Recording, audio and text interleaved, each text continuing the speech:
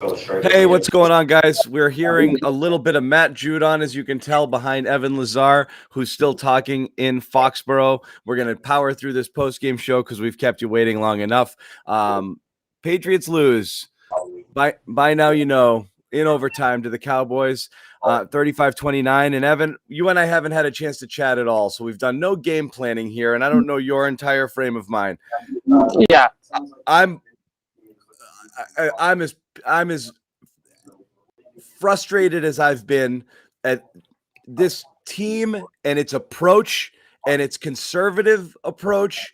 And we've been talking about it all year long, little bits there.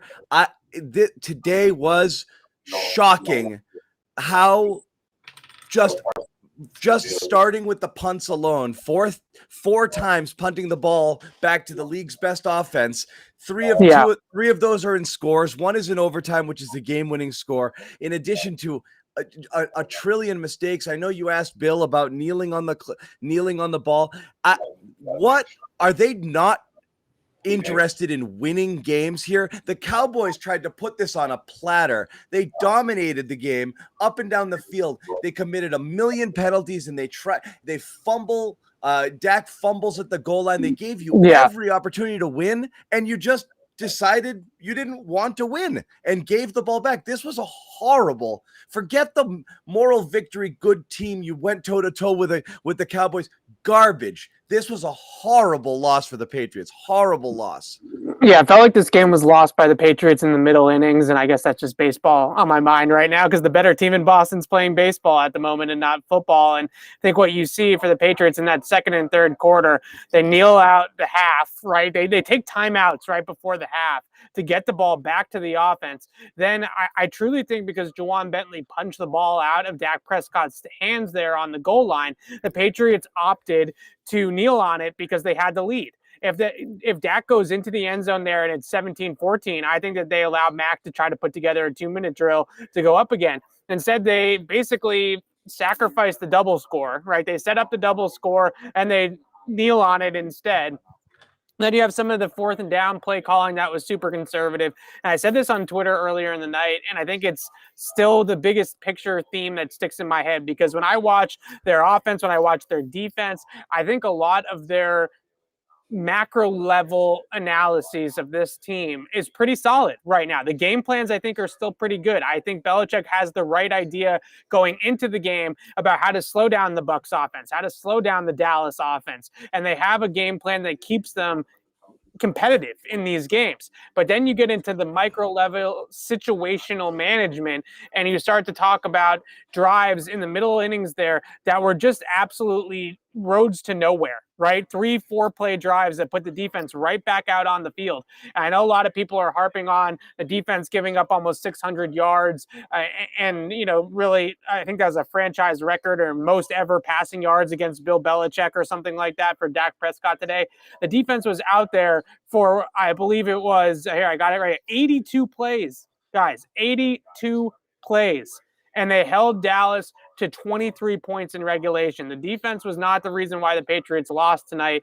The reason why they lost tonight was because their offense was terrible for stretches in this game, and they were conservative with they had them up against the ropes at the end of the second quarter, and they kneeled on it, and they were conservative there. They could have gotten into field goal range and then scored a touchdown to open the second half and really put this game away.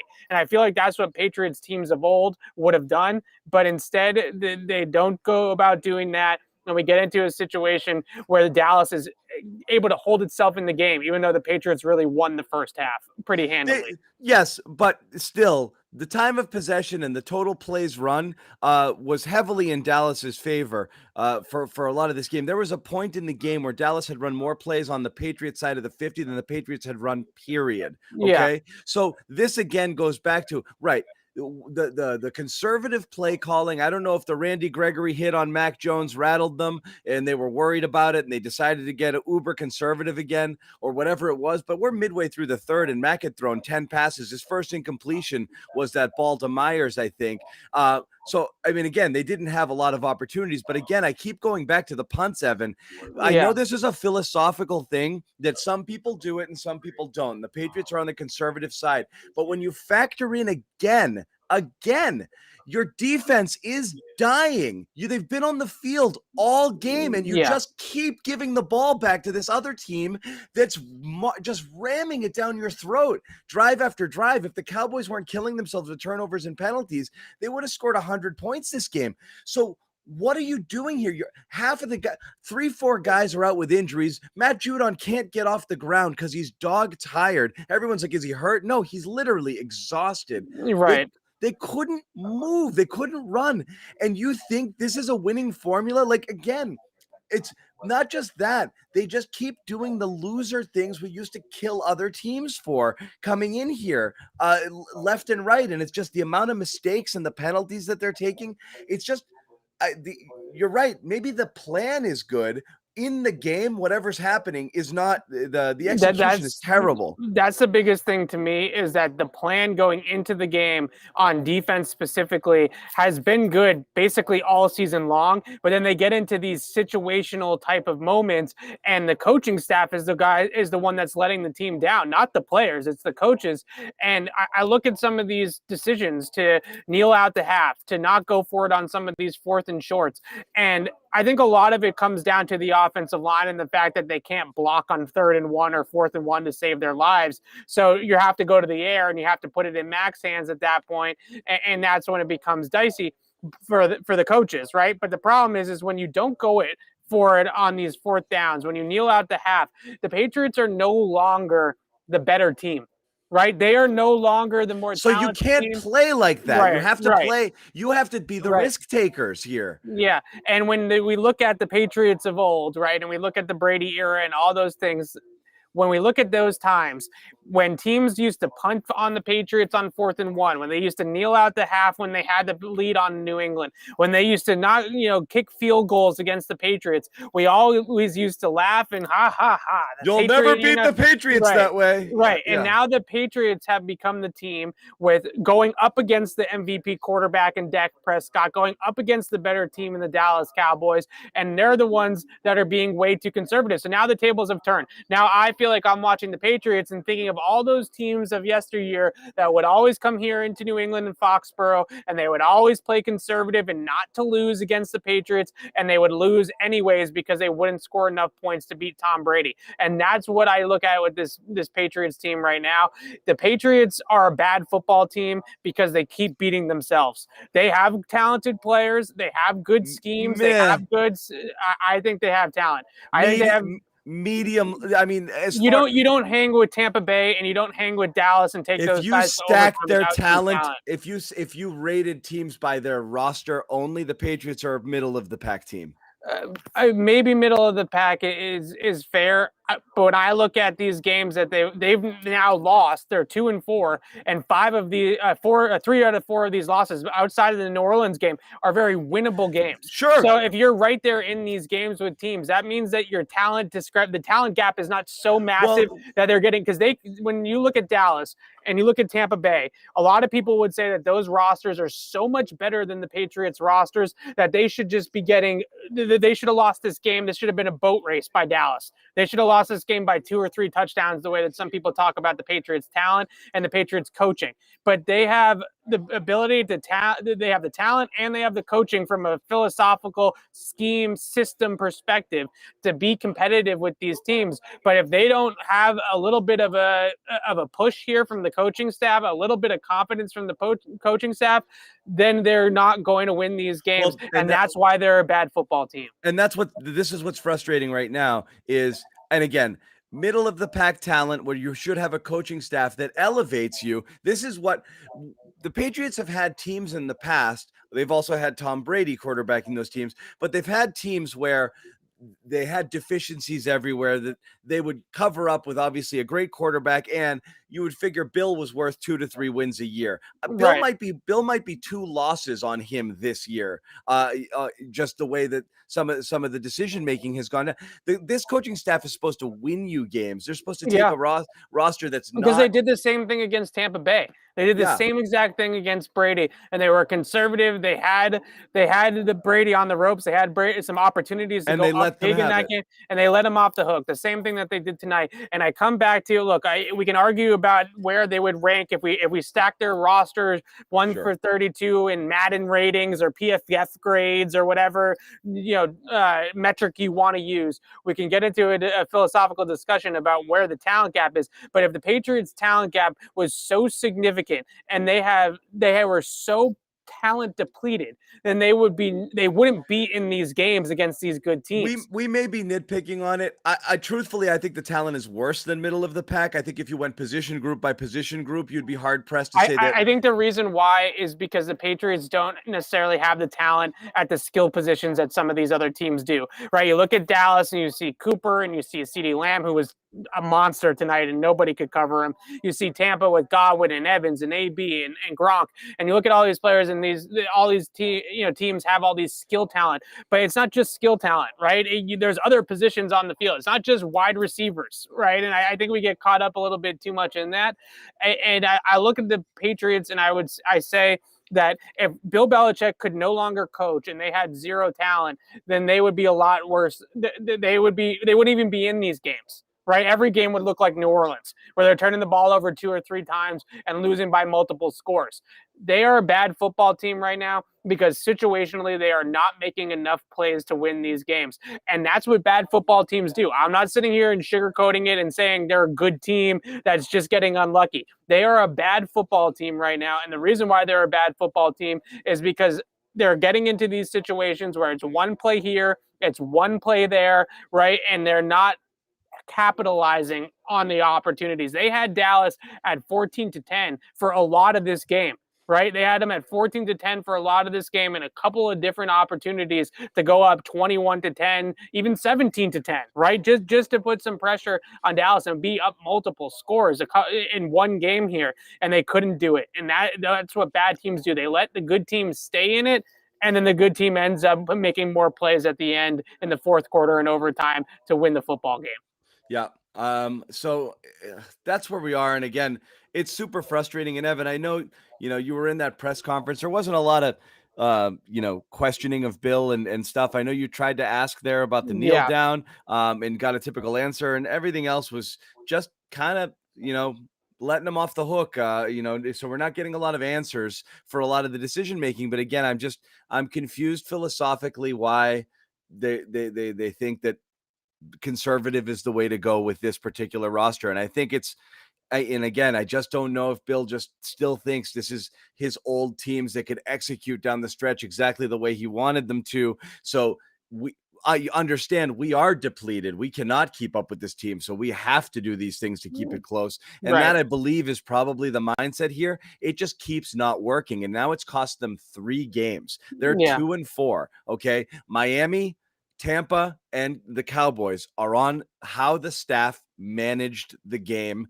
in the game, particularly in the critical stages. And I don't think that's up for much debate. It's just how it went down. So I don't know where you go from here. Again, you're 2-4. You've got the Jets. I guess that'll make you feel a little better about yourselves. But at some point, there has to be something has to change. Yeah, they have to do something very differently. I read a stat earlier today, and I have to do the quick math in my head, but they were 7-9 last year. Now they're 2-4 this year, and I think it's 3 wins out of those 9 wins come against the Jets. Right. So you're really against the rest of the league. You're something like 6-13 or something like that in the last 2 years. And we know that they're going to beat the Jets next week. And we know they can beat the Jets in their sleep. Right. Bill Belichick can roll out of bed and not game plan all week and beat the Jets. Right. That's not what we're trying to do here. We're trying to do more than just beat the Jets.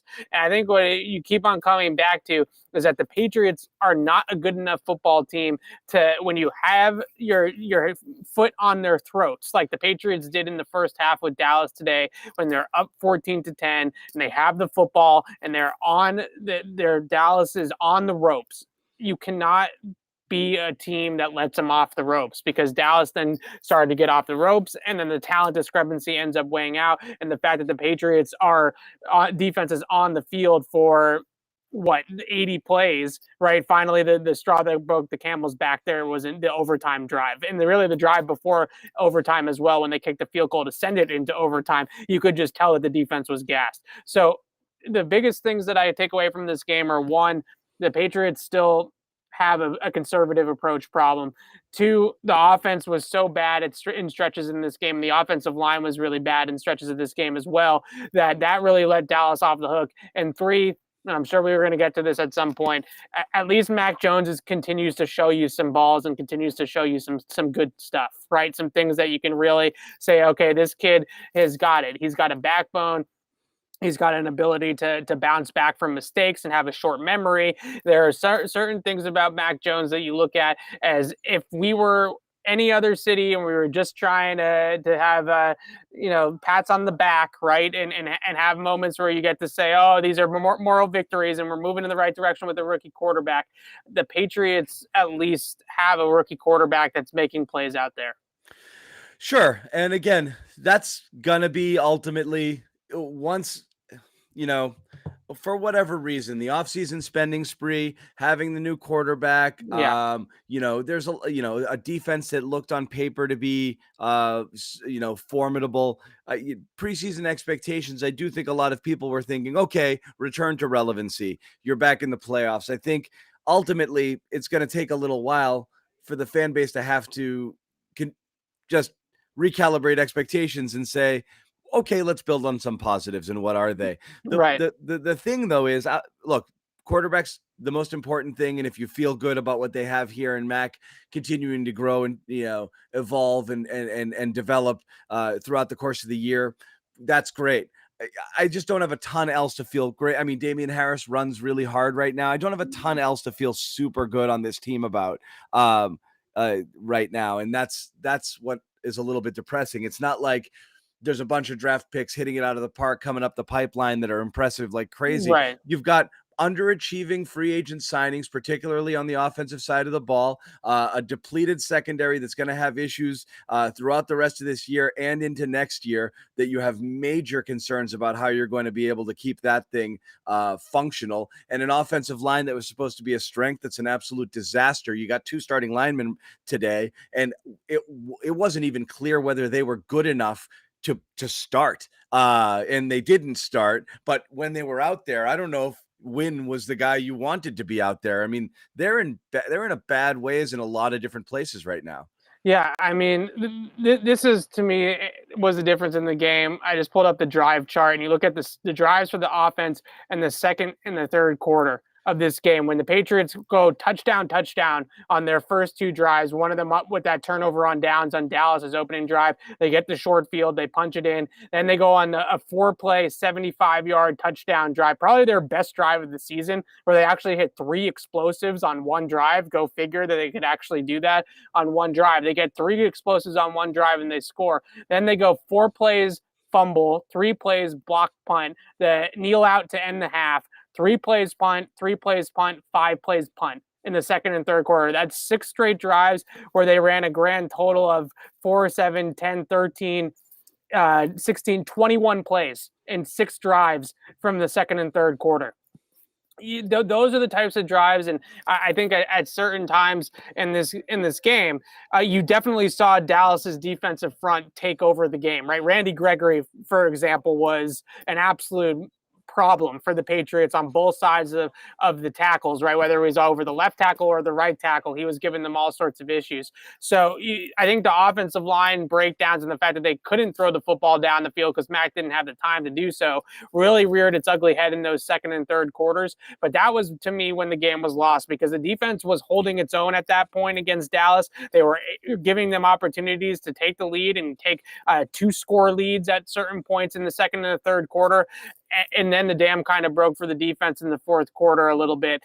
And that's when they really started to rack up those yards, is once the plays really started to snowball on the Patriots defense in terms of the just sheer amount of plays that they were out there on the field, because the offense was just 3 and out, 3 and out, 3 and out, right? And that is when I look at this game just in a vacuum, the second and third quarters is where I really feel like this game was lost by the fact that the Patriots offense couldn't string together drives and couldn't string together possessions and just couldn't stay on the field for more than 4 plays at a time. Well, let's talk about some other things, because you're right. That's where kind of the short drives and the Patriots defense being out there obviously had lasting effects throughout the game, and you could see just how wiped they were by the end of the game there, Yeah. and just couldn't hang on. But what about all the little stuff? What about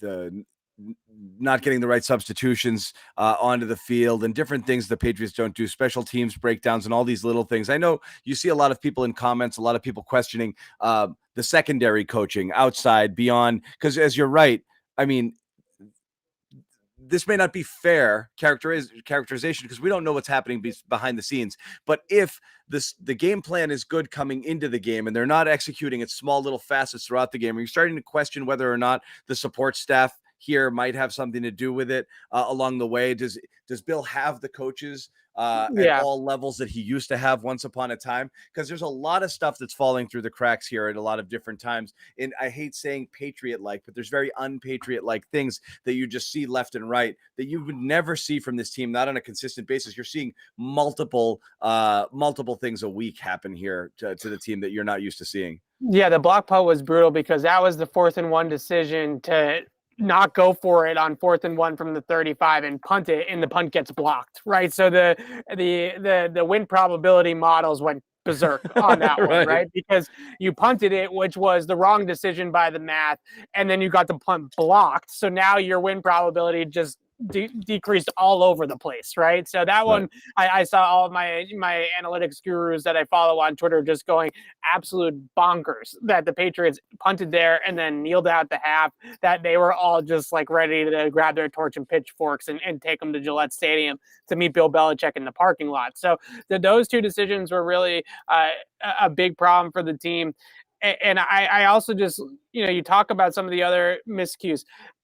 I would say that the one other thing that really stood out from a defensive perspective, a flaw, I thought the plan defensively worked pretty well, which was bend, don't break at its finest. And that's why when I look at the yardage totals for Dallas, I don't care. I don't care that they gave up almost 600 yards of offense. It's irrelevant. The reason why they lost this game was because they tried to blitz Dak Prescott a few times, and they really weren't able to get any pass rush going. Dak dropped back to pass 51 times, right? And wasn't sacked. That's incredible. That is absolutely incredible that the quarterback drops back to pass 51 times and he was never sacked in the game. The very last play of the game, the touchdown to CeeDee Lamb, an all-out zero blitz, let's send the house. And Dak Prescott has nobody in his face and just lost it over to CeeDee Lamb for the game-winning touchdown. Now the Patriots went zero blitz in that situation because they give up if they get into field goal range, the game's over anyways, right? So it's almost like a goal line situation there. I understood what they were doing there. They sold out. Yeah. But the fact that I understood what they were doing from a situational perspective, but the fact that they couldn't get home even when they blitzed against Dallas was a really telling thing about this Patriots pass rush. So if I had to pick on the defense for one thing in particular, it would 100% be the fact that they couldn't rush the quarterback effectively, because we all talk about the secondary and people are open all the time. The secondary, I thought, actually had some reps, and Bill Belichick said it after the game as well, where they covered pretty well, and they had them covered pretty well. But Dak Prescott's just standing back there, and he's a mobile guy, and there a lot of the plays that really killed them were these broken plays, right? The scramble drills or the extended plays with Dak Prescott's legs.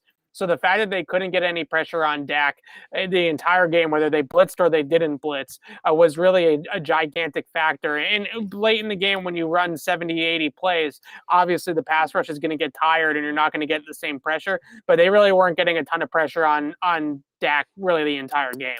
And they blitzed Dak, and Dak is great against the blitz. So he burned them a couple of different times on blitzes, including the last play of the game.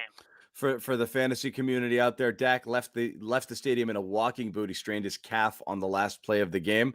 Couldn't have been one play sooner. That might have changed things a little bit, but did it on that play. And Cowboys have a bye next week. But so you have it there. I have other odds and ends you're picking up from this game. Again, it was I thought after watching, and again, the way the game started, the Patriots would be able to exploit the middle of the field a little bit. And I thought they were going to get the tight ends going. I thought they'd be able to work the seams. I thought for sure getting some of the Cowboys linebackers in coverage would be something that they would want to do. And they were working it just for some throws to, the touchdown to Henry, a throw to Ramondre Stevenson coming out of the backfield. I thought they were on to something that they were going to continue to exploit. And it seems like they completely went away from that. Yeah, I thought so as well. The first two drives of the game, really that second drive is the one I point to. They get Ramondre up the seam. They get Hunter Henry up the seam on the touchdown pass. There were actual scheme design plays that you got into there. Now, I'm assuming that was McDaniels' opening script because they got the short field on the first drive from the turnover on down. So he probably was running his opening script on the second drive, really. And I thought there were some really good scripted plays that they came up with on that second drive. But then it just went the well went completely cold. And you look at this offensive line, the one thing that the Bill Belichick and specifically Dante Scarnecchia always harps on with offensive line is continuity. And the Patriots just have guys coming in and out, right? They can't settle on one offensive line. I would have much rather have seen them just settle on a line and just roll with it. And whether it's sunk or swim, at least you have the same five guys out there. Right? And we have win in, win out, Haran in, Haran out, Kajust in, Kajust out. You're moving guards around. You're moving pieces around. There was a time in this game where there was a different offensive line combination out there every single drive. And I just don't know how they expect to have any sort of continuity, any sort of chemistry as a line, any sort of productivity as a line when everybody is all over the place and guys are coming in and out of the lineup. Now, I get that they've been rattled by injuries. I get that they had the two guys on COVID. But coming into this game, they felt good about the line that played last week. Right. And they started the game with that. They rolled with them. Yeah. And then Yadni Kajus got blown by Randy Gregory and for a strip sack of Mac Jones. And that's when Carmen Brasillo and Josh McDaniels freaked out.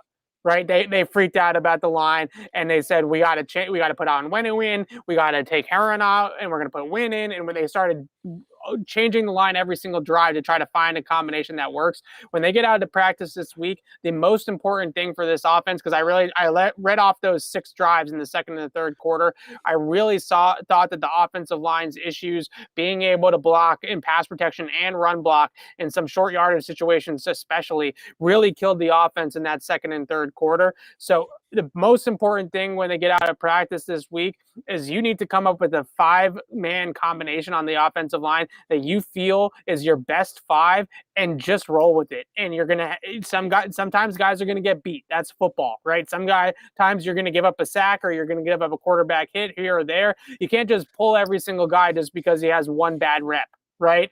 That's when you start to jumble things up.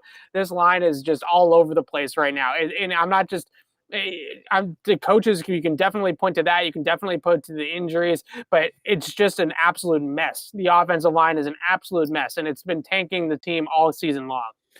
It is where all of the problems start, and it's really hard to get a read on so many things as a result of it, because not only is it impacting what Mac and the skill position players can do, but it's really messing with the coaches' heads and their philosophy, and you're seeing how many games where this exact thing happened. A mid-game freak out, like they can't block anybody, let's go ultra conservative, and it's costing them over and over again. It's the trickle-down effect off the offensive line just absolutely being garbage this year. It is what's killing everything. Yeah, after the Randy Gregory strip sack where Yadni Kajus almost got Mac Jones put in the hospital, right? That was when they went 110% conservative with the play calling. They parked the bus at that point, essentially, right? And that was the beginning of the end for the Patriots. As soon as Yadni Kajus gave up that sack, they said, oh, boy, we're going to 3-step drop, ball is out, quick passing, no downfield throws whatsoever, and then also running the football, conservatively running the football. And they really they tightened up at that point because they weren't confident that the offensive line was going to be able to block.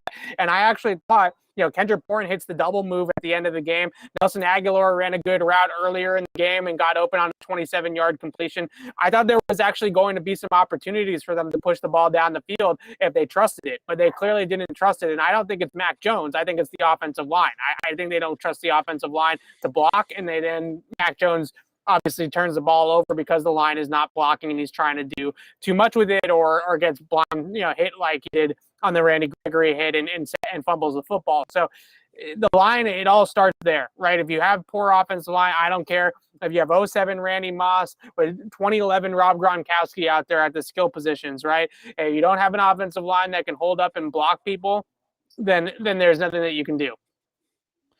There is nothing that you can do, Evan. I don't even know where else to go. If the Patriots had won this game, we could talk about a lot of other different things. It's just, I think we're just stuck on the same thing, which is, what we've been kind of, beating a dead horse over. I don't know where else to go with some of this stuff. So I'll ask you other things that may or may not have stood out to you. And again, defensively, again, I think people are going to be fooled a little bit by it being as close as it was. I mean, the Patriots gave up 600 yards of offense here. I mean, this defense really got worked. And when you throw that into Houston and what happened last week, and again, it bears, mentioning Houston lost 45-0 and 31-3 in the 2 weeks surrounding the Patriots game. And they did what they did to the Patriots. And then the Patriots give up 600 yards of offense to the Cowboys. I don't know that this problem is fixable either. Yeah. I think they can keep things competitive, scheming properly and doing things the way that they do. But this defense is really leaky. Yeah. So I still come back to, I'm not that overly upset with the defense out there tonight. You're on the field for 82 plays. You kept it close and competitive with probably the best offense and hardest offense to defend the entire National Football League. Probably, just because of the Rolodex of things that are available to them. They have Zeke Elliott out of the backfield. They have a great passing attack. They have a mobile quarterback. There's so many different things to defend against Dak Prescott and the Cowboys that I actually thought the Patriots defense held it down pretty well. And I mentioned earlier, 23 points allowed in regulation. They only allowed 23 points defensively in regulation. 6 of those points came on the pick 6 by Trevon Diggs, and then they gave up the touchdown in overtime. It was 23 points in regulation. Sure, but Dak scored a touchdown on 3rd down, and it didn't count, and then he fumbled on 4th. So, I mean, there's... sure, but he didn't. It shoulda, coulda, woulda, right? And the Patriots are full of shoulda, coulda, wouldas this year, too.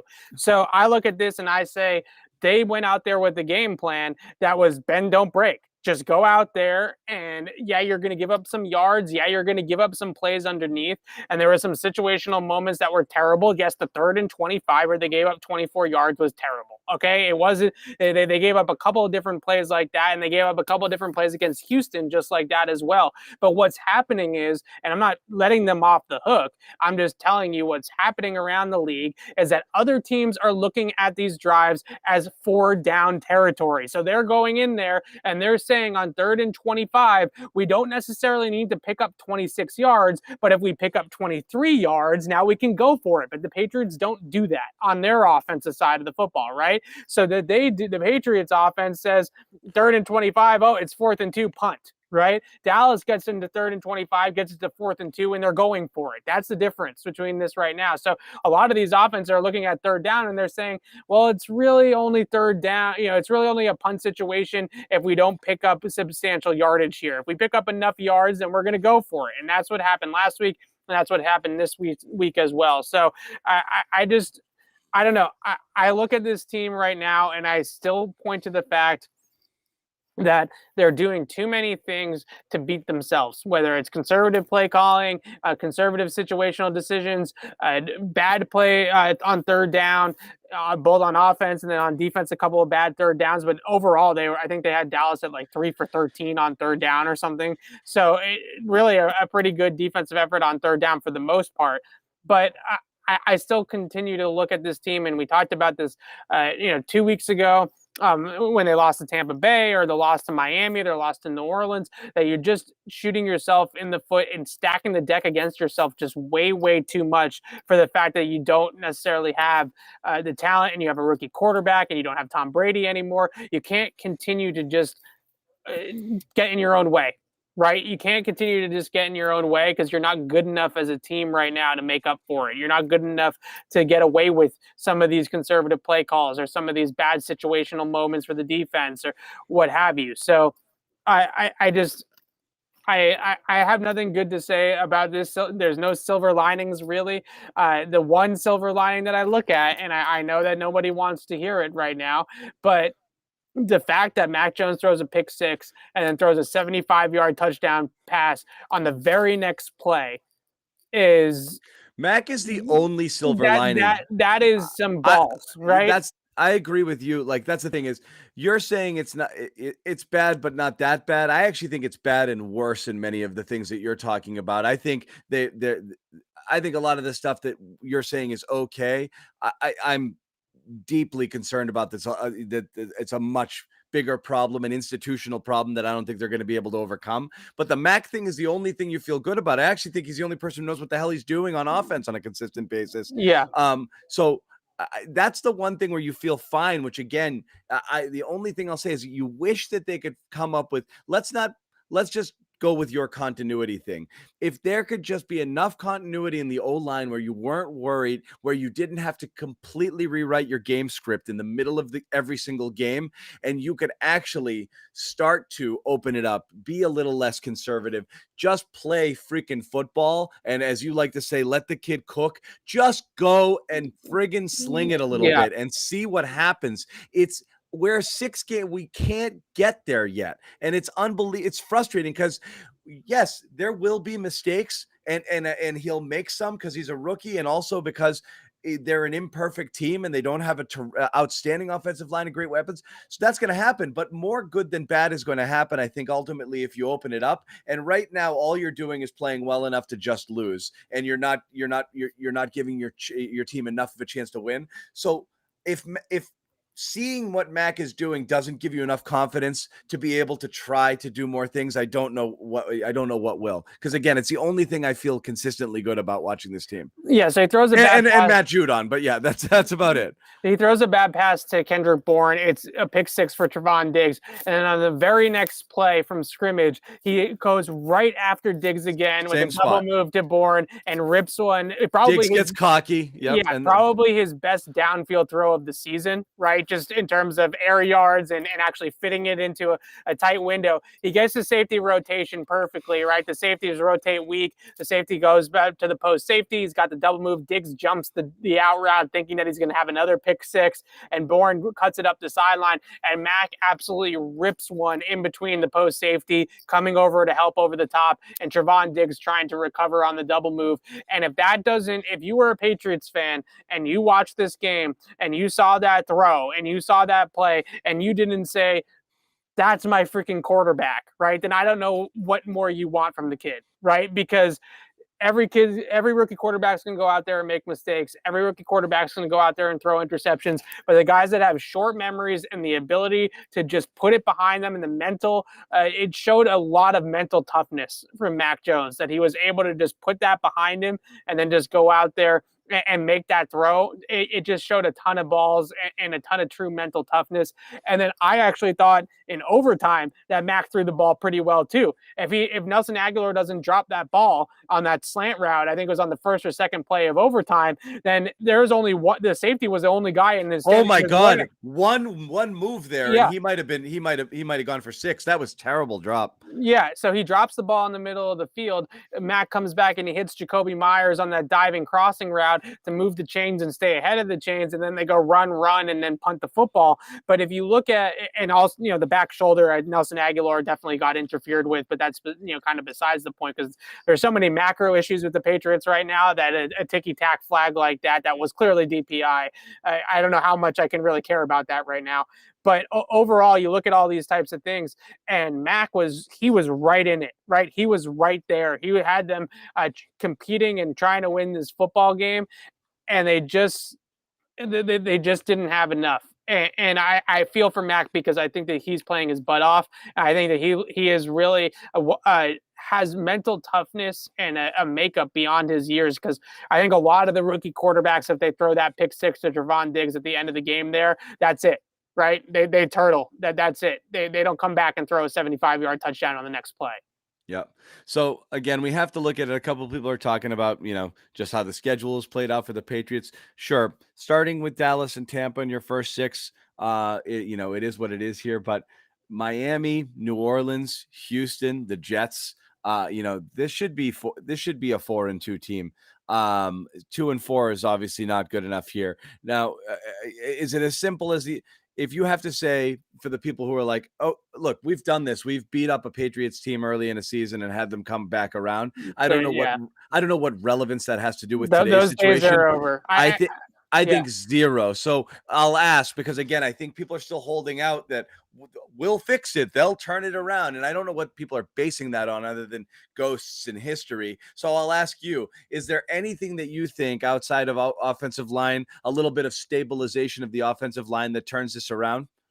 That's the number one thing to me, and kind of the only, because I look at this team offensively right now, and I say that's what's killing their entire team is the fact that they can't string two drives together offensively, and the fact that they can't generate explosive plays down the field. Not necessarily in my mind because of the playmakers on offense, but because of the fact that they can't have Max stand there in the pocket and let anything develop long enough down the field to hit some of these plays down the field. Because every time, and I wanted to try to pull up the grade when Mac Jones is kept clean in the pocket right now, when he's kept clean, his passer rating, his PFF grade, his yards per it's all great, right? When he's actually got time to throw in the pocket and let his routes develop and let his receivers get open down the field, the system works, the receivers get open, right? And he just doesn't have the time anymore right now in that pocket. And I would also look at some of the things that they are going to have to change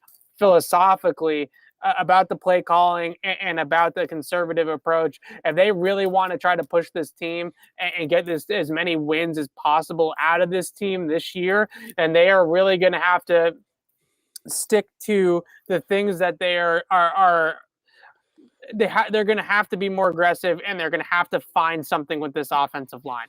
Yep. Other than that, I don't know, because defensively, I have confidence in Belichick to game plan it well enough to keep them in games like they did tonight and like they did against Tampa Bay, right? They kept them in the game. But I don't think the defense is going to win them football games against these good teams. I think that they'll be competitive and keep them in the game in the fourth quarter and have a chance to win.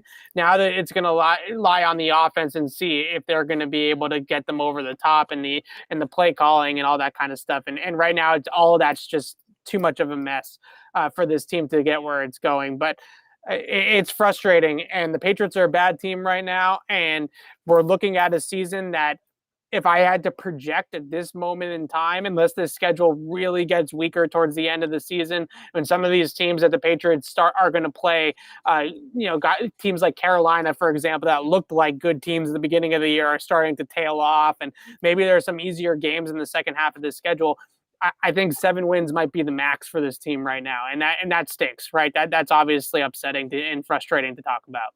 Yeah, that's not what you want to see here. And again, you can go game by game here, but you're right. I mean, what teams do you absolutely expect to beat? You expect to beat the Jets. You expect to beat the Falcons. Probably the Colts, the Jaguars, the Dolphins again. But I mean, that's 4 games left that you absolutely assume you're going to win, and everything else is a toss-up with the way this team is playing. You got 2 more with the Bills. You've got the Browns, who are kind of hot and cold, so you don't really know there. You're at the Chargers. That's not going to be easy. As you mentioned, you're on the road with Carolina. So there's some, there's a few jump balls in that schedule, but this is going to be a tough one for the Patriots to turn around and find their way into playoff contention, especially with this start, because this start could be a 4-2 start or at least a 3-3, and they've really dug themselves a hole here with a lot of the things that we've talked about. I think they truly, to be as objective as I possibly can be, I think they should be 3-3 right now, because you at least give them the win against Miami, right? And not fumbling the ball on the 11-yard line by Damian Harris. And the fact that they came down to the wire against Dallas and against Tampa Bay, you would have thought that they would have won at least one of those 3 games, right? And they've lost all 3 of them. So I think conservatively they should be 3-3. But I also want to stress one more thing. When we start talking about the only wire-to-wire bad game is New Orleans here. That's what's frustrating here. They got dominated start to finish in New Orleans, but that's against New Orleans, but that's it. Yeah. So the other thing I want to mention, and I cannot stress this enough, that the most helpful thing for Mac Jones, when me and Alex start talking about the draft on Patriots Speak, because it's coming, right? I've already held Barth back as long as I possibly could from starting to bringing up draft names, and it's coming. If you say any name out of your mouth that's not an offensive lineman in the first round for the Patriots, then we are going to block you on the comment section for Patriots Speak. Cornerback. I don't want to hear about Corner? Odell Beckham. I don't want that either. You don't want a corner? I'll take a corner at some point, but if the Patriots desperately need to get Mac Jones a franchise left tackle, I cannot tell you how important that is going to be for his development and for his future in this league. If he does not have good tackle play and he does not have good offensive line play, that should easily be number one. Star it, double star it, triple star it. I don't want to hear about playmakers. I don't want to hear about wide receivers. That is not the biggest issue here. The biggest issue, 110%, is the fact that they do not have the pass protection or the offensive line. And the most helpful thing for Mac Jones in his development moving forward will be better protection up front on the offensive line. It will be much more helpful to him than drafting a wide receiver in the first round or signing an Odell or trading for an Odell Beckham or something like that. They need to draft a lineman, and if they get a top 10 pick, then Evan Neal from Alabama, just pair the Alabama kids together back again, right? Mac Jones to get his 6'8" offensive lineman back from Bama. I would love that a lot. So I think a lot of people are going to talk about, wide receivers and all this kind of, all these skill position players. And it's going to drive me absolutely up a wall, because you look at teams like Miami, for example, they draft Jalen Waddle in the first round. Jalen Waddle looks really, really good, right? Jalen Waddle is a good player. Tua has already been hurt once. He's already been on injured reserve once, and they're 1-5 because they have no pass protection whatsoever. Receiver it is. Tuesday, receiver. I want you guys to get into the chat, and I want you to do nothing but suggest. I always see top wide receivers. I always see everybody. Oh, let's trade for Odell Beckham. They could trade for Odell Beckham if Mac Jones gets protected the way he's been getting protected. It does not matter. It does not matter. If they still have the pass protection that they have, they can have Odell Beckham out there. They can make a trade for Devontae Adams. I don't care, right? That's not going to matter.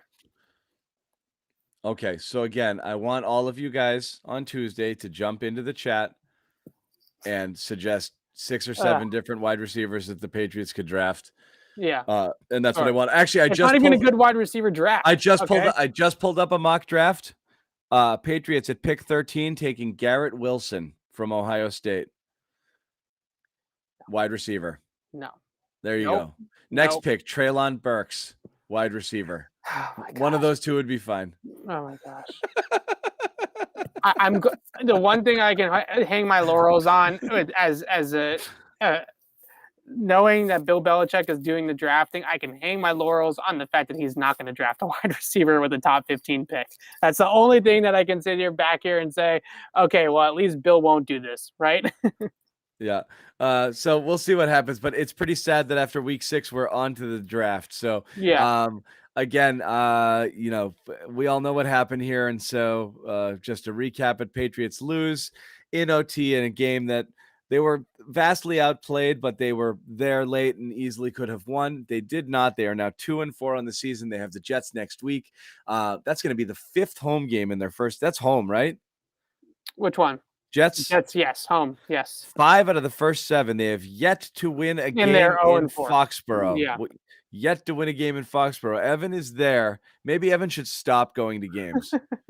Hey. Hey.